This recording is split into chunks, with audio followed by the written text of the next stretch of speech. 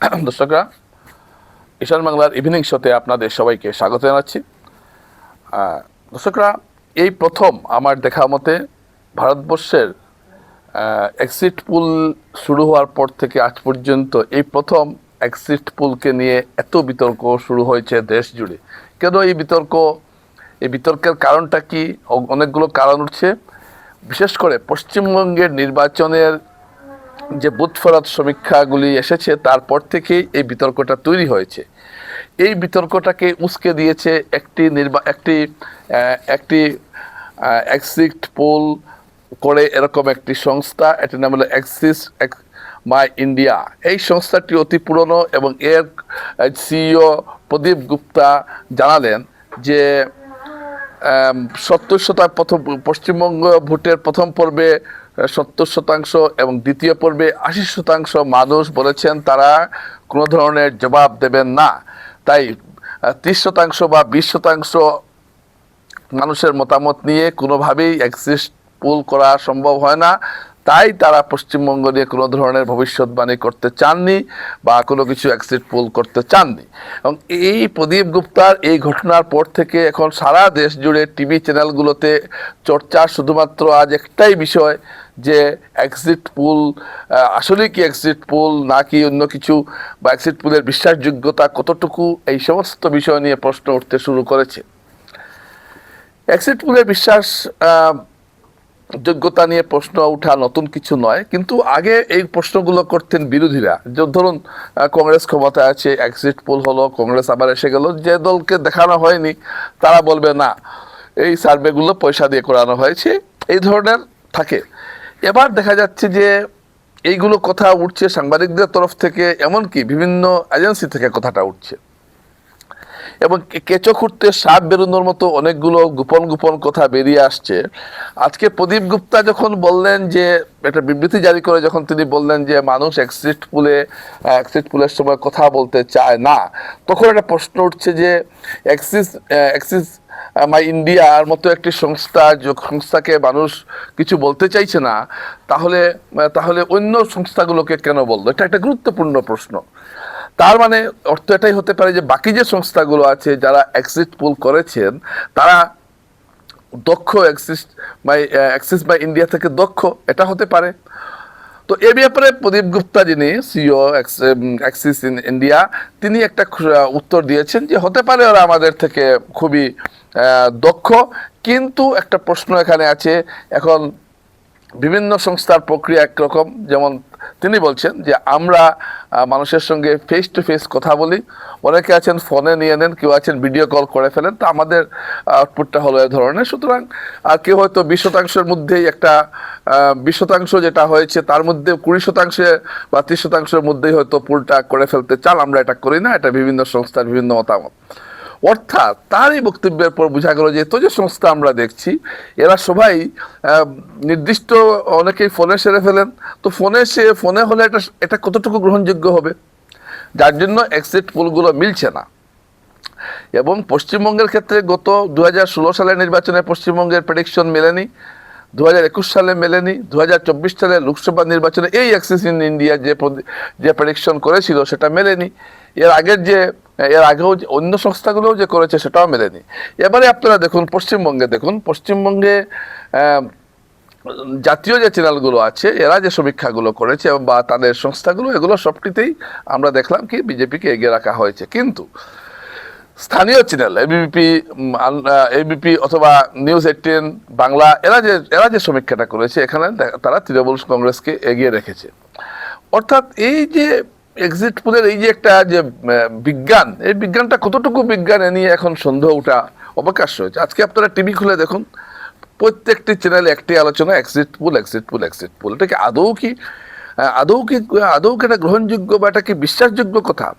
এমনকি জয়ন্ত ঘোষালের মতো সাংবাদিক আজকে প্রশ্ন করছেন যে এক্সিট পোল আসলে বিষয়টা কি। তৃণমূল কংগ্রেস বলছে এটা 7টা বাজারের সঙ্গে সম্পর্কিত, অনেক ধরনের কথা বলছেন। কিন্তু আমি যে কথাটা এখানে বলতে চাইছি, এই যে এক্সিট পোল নিয়ে যে এত কথা হচ্ছে, কেন হচ্ছে?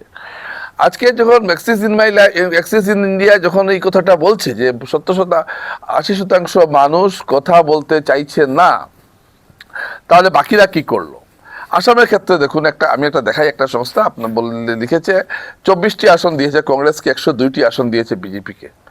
তো অনেকে এটাকে ঠাট্টা করে বলছেন ভাই 126টাই বিজেপিকে দিয়ে দিলে কি হয়েছে। দেখুন, বিজেপি দাঁড়িয়েছে 96টা আসনে, আর বিজেপি 102টা পাচ্ছে দেখাচ্ছে, হয়তো জোট সহ দেখাতে পারে, এটা হতে পারে। তো কথা হলো সবগুলো, কিন্তু এই 24টা আসন কংগ্রেস কিভাবে পাবে? আমি ধরে নিলাম এই 24টাই সংখ্যালঘু অধ্যুষিত আসন, কারণ কংগ্রেসের জেতার সম্ভাবনা এখানেই বেশি। বাকি যে হিন্দু অধ্যুষিত 102টি আসন আছে, এগুলো সবটাতেই কি বিজেপি জোট জিতে গেছে? এটা তো সম্ভব হতেই পারে না, কোন অবস্থায় হতে পারে না।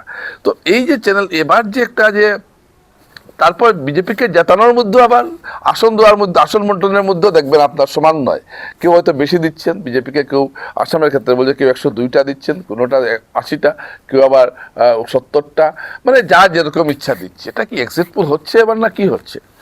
এতগুলো সংস্থা এক্সিট পোল করছে, কিন্তু তাদের নিজেদের মধ্যে যে সংখ্যার যেটা তারা দেখানো হচ্ছে তার মধ্যে কোনো সামঞ্জস্য নেই। দর্শকরা, এই সমস্ত কিছু মিলিয়ে এক্সিট পোল নিয়ে একটা রহস্য দাঁড়া বেঁধেছে। এক্সিট পোল করার ক্ষেত্রে যেভাবে বিভিন্ন, যেমন আসলে বড় বড় চ্যানেলগুলো আরও একটা কি কাজ করে, যেমন ধরুন আসামে, ধরুন তারা কি করে, মানুষের মধ্যে তো স্যাম্পলিং হচ্ছে। ধরুন একটা এলাকার 2000 মানুষ, 2 লক্ষ ভোটার রয়েছে, এখানে 200টা স্যাম্পলিং করা হলো।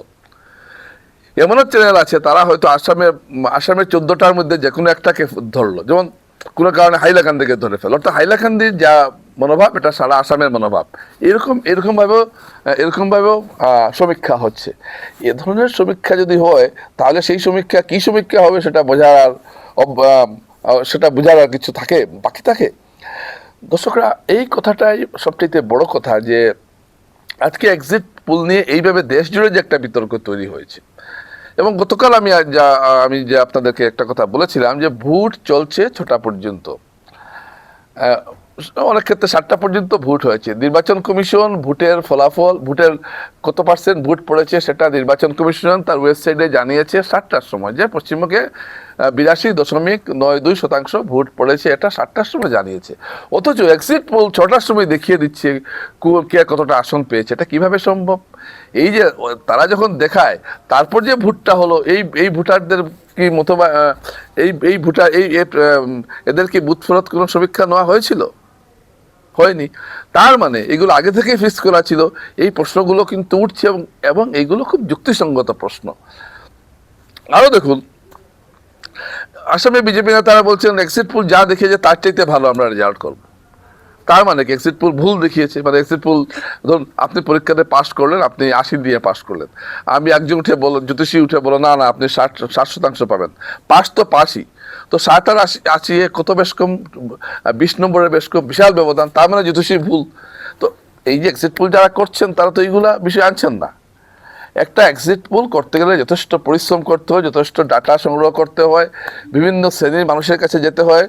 আপনি আরবান এলাকার মনোভাব আর গ্রামীণ এলাকার মনোভাব সমান হবে না, আপনি গ্রামের শিক্ষিত আর টাউনের শিক্ষিত মনোভাব সমান হবে না, গ্রামের একজন শ্রমিক আর শহরের একজন শ্রমিকের মনোভাব, এবার বিভিন্ন বর্গ ভাগ করতে হবে। আবার শিক্ষকদের মানসিকতার সঙ্গে আর্মির মানসিকতা মিলবে না। বিভিন্ন পেশা, বিভিন্ন ব্যক্তি, বিভিন্ন ধর্ম, বিভিন্ন তার মধ্যে কাজ করলে তখন যদি এক্সিট পোল করা যায়, সেটা আগে এটা করতেন পনেরো বিনোদ দুয়া, তারা করতেন, পরিশ্রম করতেন। এখন হয়েছে কি, মানে এখন বেশিরভাগ ক্ষেত্রে যারা সরকারে থাকে তারা একটা এক্সিট পোল দেখিয়ে দেয় এবং মানুষ এটাকে বিশ্বাস করে। এর সঙ্গে শেয়ার বাজারের সম্পর্ক রয়েছে, শেয়ার বাজার উঠানামার সম্পর্ক রয়েছে, অনেক কিছু। তাই এই যে এক্সিট পোল নিয়ে যে একটা সারা দেশ জুড়ে বিতর্ক তৈরি হয়েছে, এতে আমার মনে হয় আগামীতে এক্সিট পোলের প্রতি যে মানুষের একটা আগ্রহ থাকে, যে না বুথ ফেরত শ্রমিকরা কি বলছে দেখে, এই যে আগাম জানার যে একটা আগ্রহ মানুষের, সেটা কিন্তু আগামীতে কমতে বাধ্য, এবং এটা কমবে, এটা নিশ্চিতভাবে বলা যায়। দর্শকরা, আমরা অপেক্ষা করি 4 তারিখ, তারপর মিলিয়ে নেব কি হয় না হয়। কিন্তু এক্সিট পোল নিয়ে এবার যে বিতর্ক তৈরি হলো সারা দেশ জুড়ে, এটা একটা অভূতপূর্ব ঘটনা, অভাবনীয় একটা ঘটনা। নমস্কার।